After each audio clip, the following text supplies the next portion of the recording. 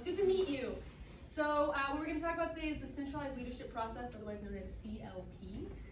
What the centralized leadership process is it's a chance for you to apply to student leadership positions within the student engagement department. So residence life, campus ministry, student activities, RSO, etc., access and disability services as well. We'll go into those. But the advantage for you is that you can apply to all of the positions you are interested in or even just open for in one process. You don't need to go apply to 15 different interviews and do a bunch of different applications. It's streamlined, which hopefully makes your life a little bit easier. The other great thing about CLP is that we pair closely with career services when we set up this process to try to make it mimic what a real life job interview process would look like for you. So the purpose of this is to be developmental. Our goal is to not impose on you a bunch of random checklist things that you need to do so that you can just have more on your to-do plate than you already have. Okay, the point of this is hopefully to truly be beneficial for you. You get a chance to do a resume, you get a chance to do a virtual type interview because a lot of companies are moving that direction. You'll get a chance to do a group interview, you'll write a cover letter, and you'll get feedback on everything as you go. Okay, so that's kind of everything. And then all the positions hired through CLP are paid in some way, typically through some type of scholarship. So that's just an advantage there as well. Okay, so the next 10 to 15 minutes, depending on how quickly I can speak, will be me monologuing to you with your rapt attention and full eye contact at all times over all the different positions that are being offered. So what I encourage you to do while I'm going through this, I'm not going to get super into detail with everything because all of the job descriptions are posted on the CLP website, so you on your own free time can go and review those to your pleasure. But what I want you to do while I'm speaking about this is just kind of keep an ear out for what sounds interesting to you. You might be coming in here knowing exactly the position you want to apply for, and that's it, and that's fine. Or you're like, I don't know, I just want to see what's out there. Either way, take a little note or something if you hear something that sounds interesting. A cool thing about CLP is that you could end up being offered positions that you don't apply for because you're going to be seen by all the departments regardless of if you apply for them because it's centralized. So that could mean you don't apply to work for residence life, but you could get through the process and we see you and you're like, and we are just like, they are cool and we want them. Then we'll offer it to you. It's obviously going to be up to you to accept it, but that's another cool opportunity about CLP. So it's worth paying attention to everything that's going on. So let's do this thing. First bucket, student mentorship. So freshman symposium mentors are being hired at CLP. Who has gone through freshman symposium? Awesome, that's most of you, so congratulations, you're officially qualified to be a freshman symposium mentor if you went through freshman symposium yourself. So if you recall from your own time in freshman symposium, you were in class with all the other freshmen, you had a professor, and you also had a student mentor who helped lead that class. So you can do this as well and give back to that freshman community. You get to work closely with the professor. Your supervisor will be Annalicia Lopez, who is also my supervisor, so I can speak highly, she's awesome. And you get a stipend per semester for that. So that is mostly a one semester job as well. Mendenhall mentors. Did anyone here participate in Mendenhall summer program?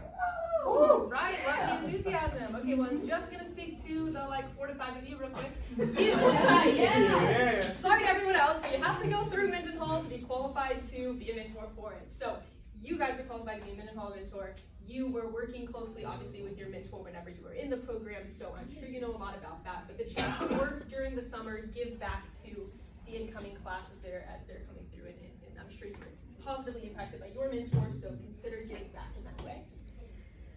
Access and Disability Services is hiring what's called a peer mentor. So they would have kind of a scope of things that they're going to do, but in general, Access and Disability's mission is, it's kind of in the name, they want to make sure that everyone on campus has equal access to everything we have to offer. So they're going to be advocates for that mission.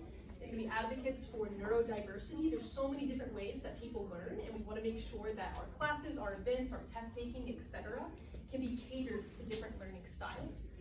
And they'll just help with kind of other things that they're doing. So the supervisor here, if you haven't met her, her name is Angie Maxey. She is easily one of the best human beings in the entire universe. So you'd be really, really lucky to get to work with her, and Justo Garcia as well. Tall, curly hair, raspy voice. You'll never forget him if you meet him one time. Okay, this is a brand new position that's never been hired before. It just came about. It's called a peer educator, hired through the Dean of Students Office and Student Affairs. If you kind of like the idea of this, it would probably be a little bit more administrative, but this person would be helping with, her name is Timmy, she's a conduct specialist within the Dean of Students, and they would be basically helping her with the logistics of the different conduct processes of the university, so things that have to do with academic honesty or dishonesty, and other things like that, and they would help try to promote events or things like that that would help people know those rules and know how to follow them well, so they don't find themselves stuck in the Dean of Students office for an unfortunate thing. So Timmy is a super cool woman. If you haven't had the chance to meet her, this would be another. You'll notice a theme. All the supervisors in student affairs are really great people. So Timmy's just one of those. Okay. Next bucket would be residence life. I'm obviously incredibly biased. This is my department and Jason's. So I'm going to go through here what we are doing. Residence life is just a fancy term for housing. So our first position we are hiring for is called a resident assistant. The biggest perk of being a resident assistant is that you get a full housing and meal plan scholarship. So that is a really big scholarship. It's about a $10,000 a year scholarship when it comes down to the numbers. And what you would be in charge of as a resident assistant is a few main things. You would serve on calls. That's essentially being a person that residents reach out to if they have an issue after hours. You would help program for your department, for your hallway.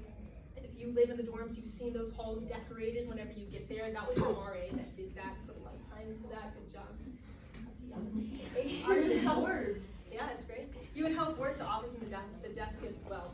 A little caveat to the RA position. This is a new thing this year that hopefully opens the doors of the RA position to more people, which is a part of the RA position. A big part of it is programming. So that means the RA is putting on monthly programs for their hallway. They're helping with those big residence life events that happen every week. If you've been, they're called Wonderful Wednesdays. RAs are really involved in those. This year, if an RA holds a programming leadership position in a different student affairs department. So we'll get to those, like student activities and campus ministry have a lot of programming based positions. Programming is another word for hosting events. If an RA holds a position like that, they are exempt from the programming aspect of being an RA, which is really nice because that means you're not having to plan double the programs. You would just be in charge of inviting your residents to the programs you're already planning. So that actually makes the role very, very accessible, so I just want to make sure that that's clear. Okay, the next position we're hiring for is called an operations intern. The operations interns get a room scholarship. These are going to be the people that mainly help the residence life office run during the day. So their roles would be pretty constricted to just business office hours, and they would be helping with all the daily operations of the office, a little bit at the front desk, and just attending Wonderful Wednesday once a month. They wouldn't be involved in any of the planning processes. Thirdly, we are hiring what's called a community assistant. So community assistants essentially would be the little team that is going to plan all of the Wonderful Wednesdays. So if you like event planning, but you just want to do, it's just one event a week, it's kind of the same scope every single time. This could be a great one for you. They get a full meal plan scholarship, so that's a little over a $2,000 scholarship per semester to do this. And you would basically just be planning those weekly events for residence life. Okay, and then lastly, marketing intern. I'll give you the spiel about marketing real quick. This will be the same for everyone that's doing marketing.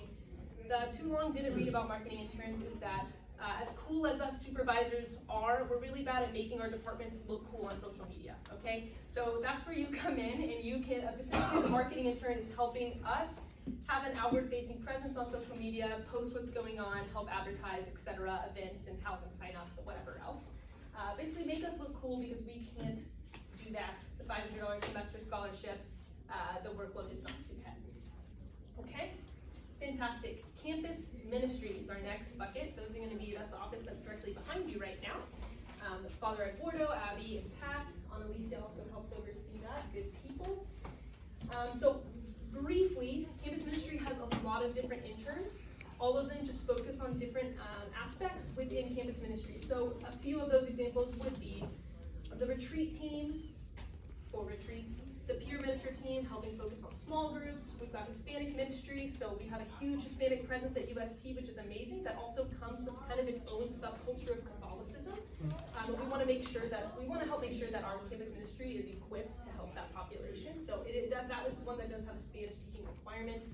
Social media, service, they've got a couple social justice and community service. They've got a couple that have to do with the liturgy. So if you really really enjoy going to Mass and could just see yourself enjoying being part of that planning process with campus ministry, that'd be good. And then household ministry, that pairs with residence life. We've got a few households on campus, which means it's a group of students living in community on purpose, not just like with a random roommate, and they would help oversee the formation of those households.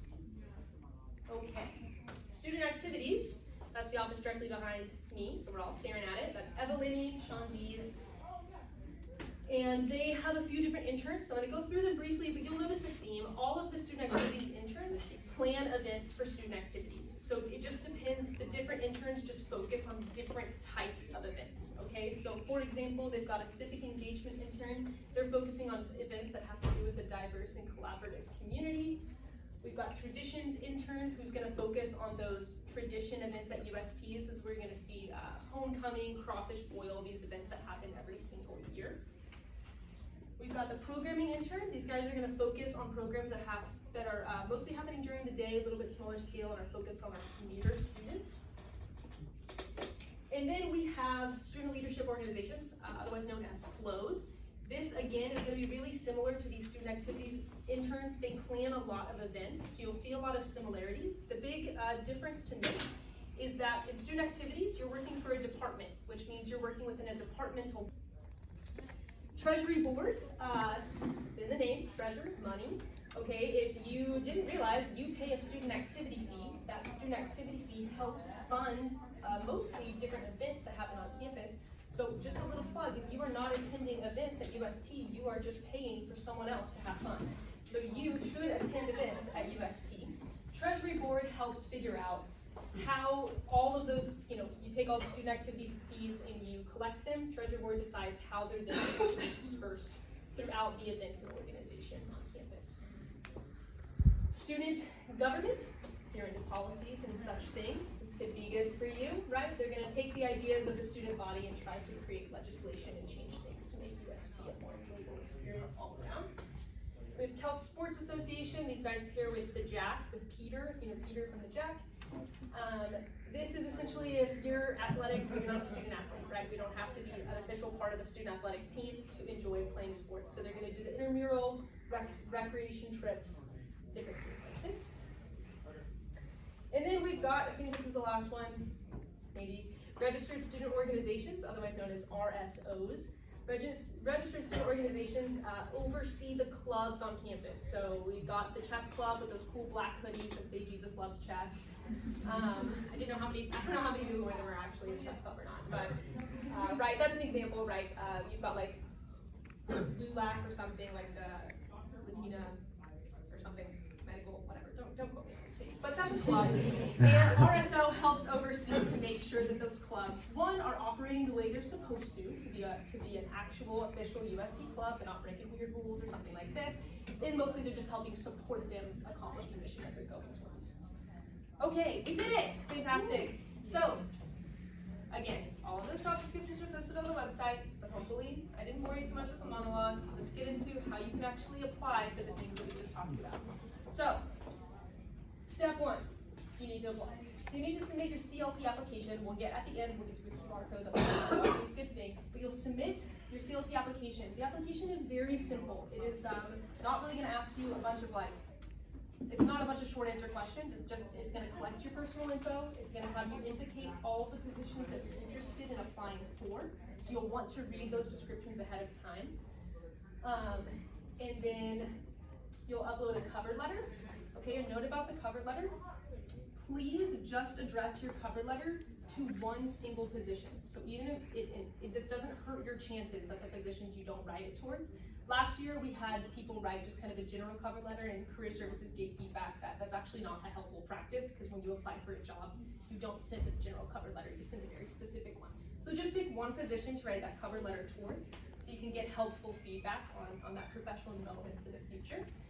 You'll upload a professional headshot into your application. Just a quick note on professional headshots. What a professional headshot is not. It is not a selfie. It is not that picture you took with your cousin one time, but you crop them out, but their shoulder is still sort of showing because they were standing too close to you. Okay, that is not a professional headshot. If you have one already, you'll know it's just a picture of you, either full body or just waist up, smiling at the camera, looking fresh. If you don't have such a thing in your repertoire, good news is you can take those for free, no appointment needed, upstairs in Career Services.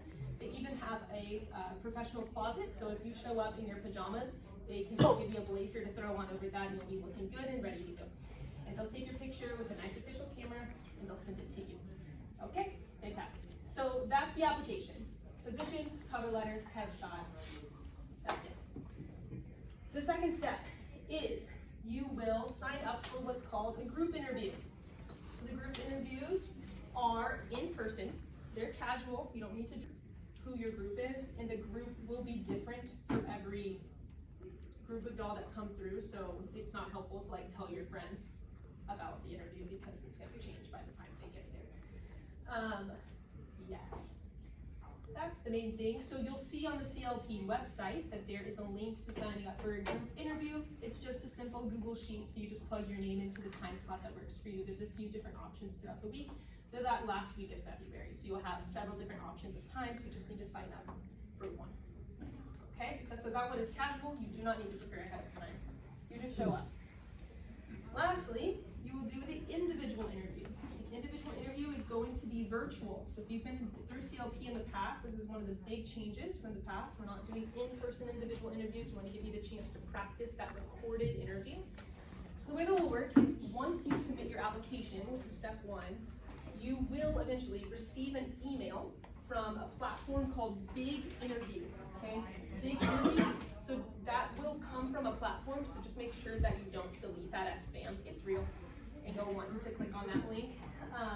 So the Big Interview recording is basically everyone that applies for CLP will answer the same general questions first, then 6 to 7 questions. You get 2 tries per question. So if you start and then you're like, well, my strengths are at, and then you need to start over again.